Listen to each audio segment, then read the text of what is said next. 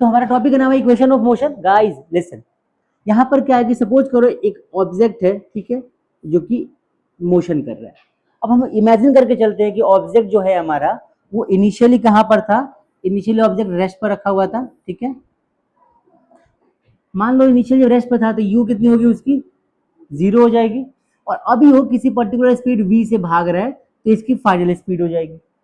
हम इमेजिन करके चलते हैं कि जितना डिस्टेंस उसने ट्रेवल किया वो s है, और जो उसने टाइम लिया इस पूरे मान लो एक पॉइंट का नाम देते हैं a और इस पॉइंट का नाम है b। तो a से b तक पहुंचने में जो उसने टाइम लिया उसको बोलते हैं t। आई बात समझ में?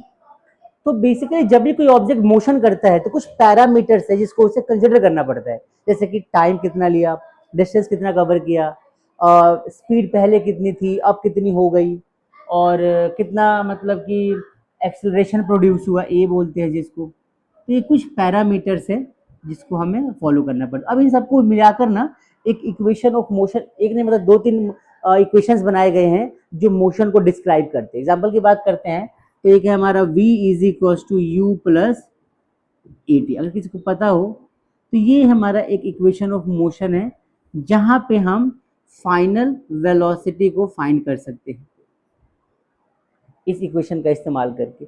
अगर हमारे पास टाइम हो, अगर हमारे पास इनिशियल वेलोसिटी हो, और हमारे पास अगर एक्सेलरेशन गिवन हो, तो हम निकाल सकते हैं कि ऑब्जेक्ट कितनी फाइनल वेलोसिटी से मूव कर रहा है।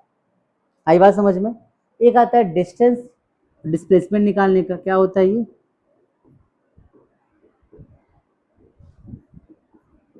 डिस्टेंस निकालने का आता है बेसिकली, मान के चलो। तो क्या होता है, ध्यान से देखो, s is equal to u t plus half a t square. ये भी हमारा एक इक्वेशन होता है जिसकी हेल्प से हम डिस्टेंस को फाइंड कर सकते हैं कि ऑब्जेक्ट कितना डिस्टेंस ट्रेवल करता है एक मोशन में। फिर एक आता है, और कौन सा आता है भाई, v square minus u square is equal to 2as। इसको ऐसे भी लिख सकते हैं, v square is equal to 2as plus u square. तो इसमें क्या होता है कि ये भी हमारा एक इक्वेशन ऑफ मोशन है जहाँ पे हम फाइनल वेलोसिटी को फाइंड कर सकते हैं। अच्छा, इन तीनों के अलग अलग, जैसे इसको बोलते हैं first law of motion, Newton first law भी बोलते हैं इसको। इसको क्या बोलेंगे, सेकेंड लॉ बोल दो, इसको थर्ड लॉ बोल दो।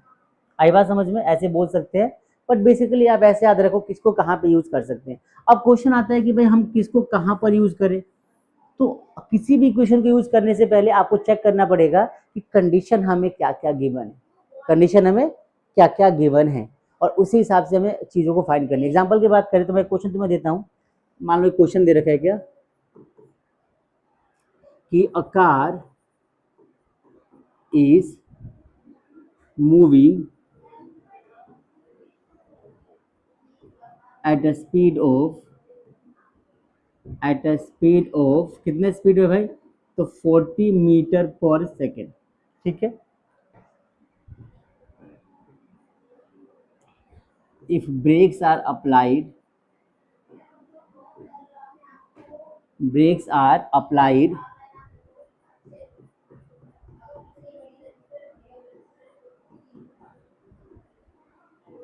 it comes to rest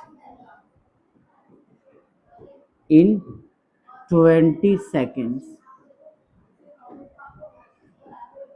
आई बात समझ में? it comes to rest in 20 seconds। find the distance covered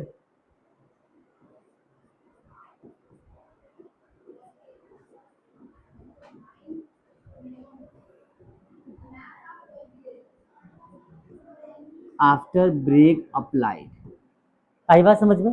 अब ये क्वेश्चन सिंपल सा आपको मिल रहा है। यहाँ पे कंडीशन क्या दे रखी है कि ये कार है जो कि चल रही थी, और कार की जो मान लो सोल्यूशन मैं यहाँ पे अगर करता हूँ उसको, तो मान लो हमारे पास क्या है, एक कार, ये मेरी फेवरेट कार रही है हमेशा से, ठीक है। कार है और ये चल रही है 40 मीटर पर सेकेंड की स्पीड से कार चल रही है, और मान लो यहाँ से कुछ डिस्टेंस कवर करने के बाद इस पॉइंट पे आके कार रुक गई, तो v कितना हो जाएगा, 0।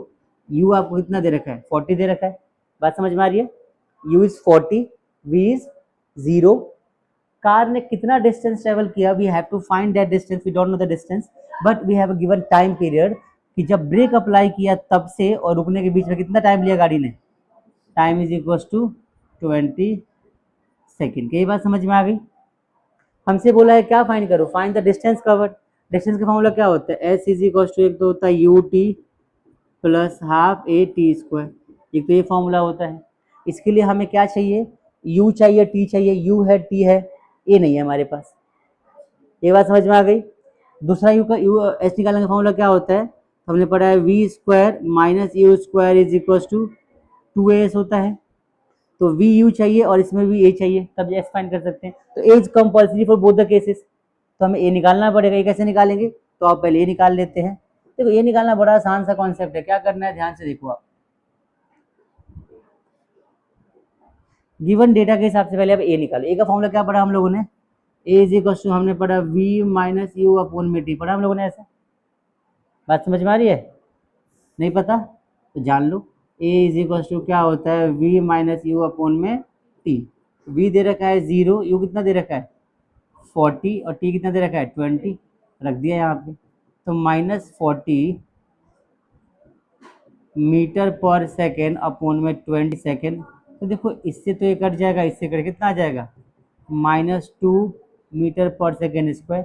ये मिल गया हमें, ये से नो, ये मिल गया। अब जब आपको ए मिल गया तो आप क्या करोगे, आप ए को किसी में भी सॉल्व रख के पुट कर लो, एस मिल जाएगा आपको। मान लो मैं इसमें रख के सॉल्व करता हूँ, तो एस इज इक्वल टू क्या होता है, यू टी, यू कितना है हमारा 40 इंटू में टी कितना है 20 प्लस में हाफ इंटू में ए कितना है हमारा, तो माइनस का 2 और टी कितना है 20, तो 20 का स्क्वायर कर देंगे 400। आई बात समझ में, चलो सॉल्व कर लेते। तो s is equal to 4 twos 8, 800 हो जाएगा, इससे इसको काट दिया तो -400 हो जाएगा। बात समझ में आ रही है। इज इक्वल टू क्या आ जाएगा आपका डिस्टेंस 400 मीटर आएगा। तो जो हमारी गाड़ी है अगर वो 40 मीटर पर सेकेंड की स्पीड से चल रही है और किसी पॉइंट पे ब्रेक लगाते हैं हम, तो वो ब्रेक लगाते हैं, ब्रेक लगाने के बाद 20 सेकेंड के बाद जाके गाड़ी रुक जाती है। इसका मतलब ये हो गया कि गाड़ी को 400 मीटर डिस्टेंस कवर करना पड़ेगा, उसके बाद जाके गाड़ी रुकेगी। बात समझ में आ रही है, कोई डाउट यहाँ तक, सबको समझ में आ गया।